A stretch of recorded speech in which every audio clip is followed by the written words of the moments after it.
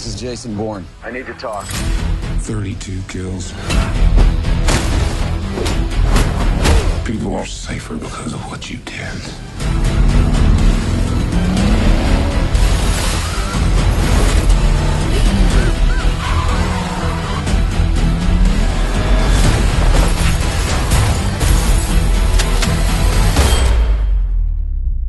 You're never gonna find any peace. Not till you admit to yourself who you really are.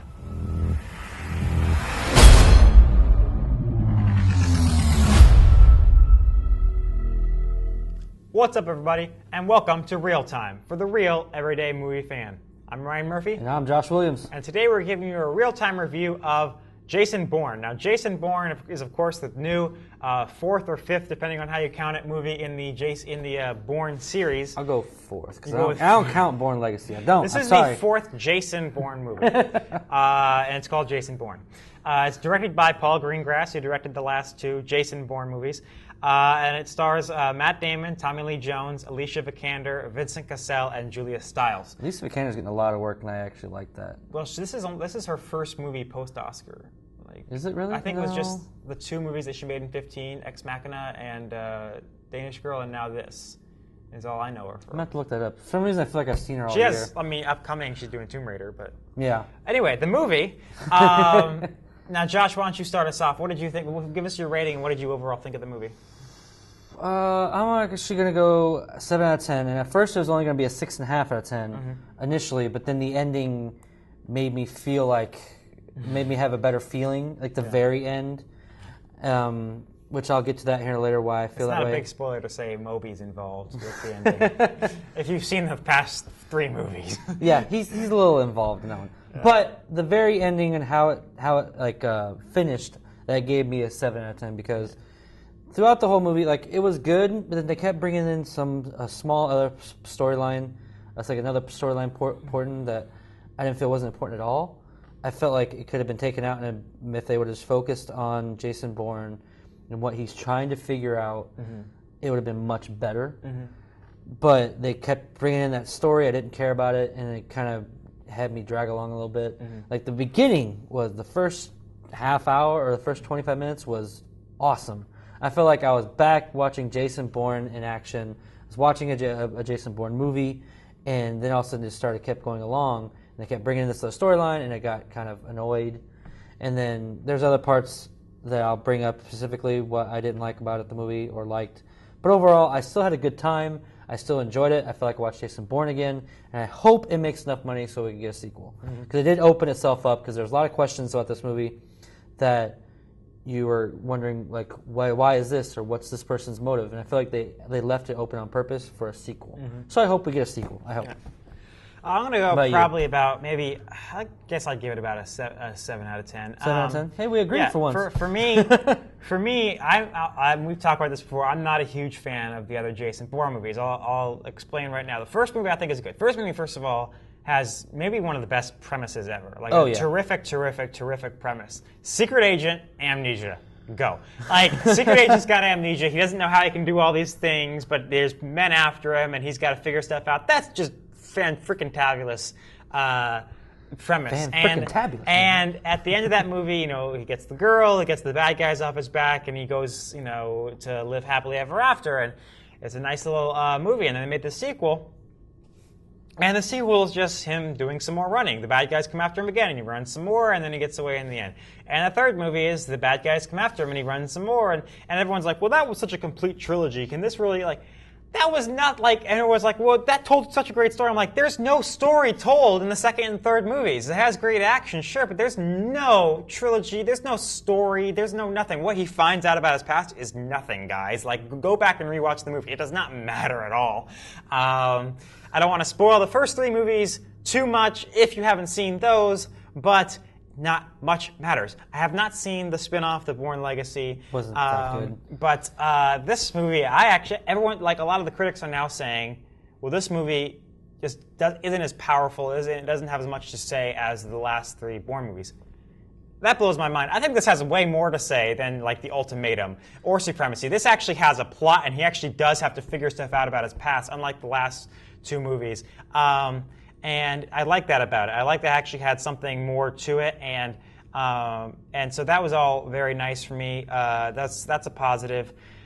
Certainly some entertaining action, some off-the-rocker action scenes are really good in this movie, and that's pretty much positive statements for it. So. Yeah, and I actually will agree with you. I like the fact that you got to unravel a little more of his past, and you really got to know what happened with him. That was one of my biggest positives too. But I'm gonna start. Actually, I'm gonna go into my negatives. I'm gonna save my positives for last.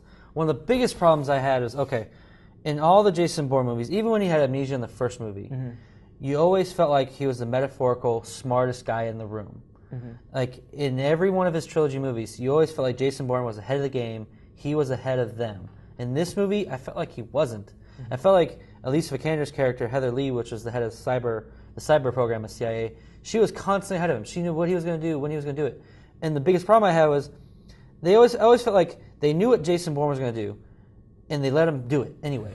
Like I was like, they're just like, oh, he's going to do this, or he's going to go this way, and just let him do it. And you're just like, you could find a way to do something else so I could maybe cut him off, and even then, like he's going this place to do this, or he's going to this place. Oh, we're just going to let it happen. Yeah. We're not going to avoid it. We're just going to let it happen. The only real downfall for me, the only real thing that really kind of took away from the experience was one of the main aspects of the Jason Bourne series is these espionage sort of scenes where it's like. And he's running, and there he's walking, and there's another guy walking, and you get the cell phone and send a text message that you see, and it's all tense, and then he slides into the door, and then there's like an insert shot of the keys and going in, and then like all this stuff, and everyone's like, I like that. It kept the pace going. And it, like that's the thing, is like that's cool and fun, but like after a while it gets a little old. And there's 2 scenes in this movie where I just thought, I'm like, oh my gosh, and I'm going to shoot somebody. Like this is just going on. So like when in London, the scene in London where he's going after the one guy, and he's running around and and then there's people, and it's just like, oh my gosh, enough. Like that went on for like 20 minutes. It's like that, and that ruined the pacing. There's that, and then the climax, just before the climax, it just like went on forever. I'm like, Paul, cut. Like, you know. And that made me think of another negative I actually had. Some of the decision makings and the plot details were just, it baffled the hell out of me. Like there was one scene, I'm not going to spoil what happens in this scene, but I'll bring it up. Jason Bourne's after Tommy Lee Jones' character towards the end. All of a sudden, Tommy Lee Jones just says, oh, my detail, go away, and I'm going to stay here. And I had that really moment, like, really? And like, I about, threw stuff on the floor. I was like, that's just dumb. But I still had a lot of fun watching it. Matt Damon did a great job. Even though he didn't say a whole lot. 37 lines, I heard. Yeah, it's not let's go. Yeah, it's not a whole lot. But he did a great job still. What are your overall thoughts on the whole thing? My overall thoughts is, I've never been a huge advocate of this series continuing, and I mean, at the end of the day, even though it does delve into his past, it is just sort of like an unnecessary sequel they're making to have fun and people want to see Jason Bourne again. It's a nice little adventure. It does just drag a bit, and for that, so I mean, if you like this, if you like spy movies and all that sort of stuff, and if you like if you like those scenes, then go see it. If you're like me and you love spy thrillers, definitely go see it. I love my spy thrillers, and I still had a great time watching it. And we always say, there's a certain percentage of the audience that just has to see it anyway. Yeah, and it's probably seen it already. Yeah, but if you're not that, and that's why you're watching this review. I would say give it a shot. It's probably one of the better summer blockbusters that we've had so far, and I would recommend you guys go see it, especially if you haven't seen it yet and you're watching our review, like he said, a week later. Still go check it out. I still feel like it's a great resurgence to do the Bourne franchise, because Bourne Legacy trying to put it down for me. This brought it back up, and I hope it's on the upward slope, even though it's getting negative reviews, which I don't agree with personally. I still feel like it wasn't amazing like the original trilogy, but it's still a good Jason Bourne film, and I recommend it. All right. Well, that'll do us for today, folks. What did you think of Jason Bourne? Leave your comments in the section below, and please subscribe to our channel so you can see more of our content in the future. Until next time, I'm Ryan Murphy. And I'm Josh Williams. And thank you for keeping it real. With ReelTime.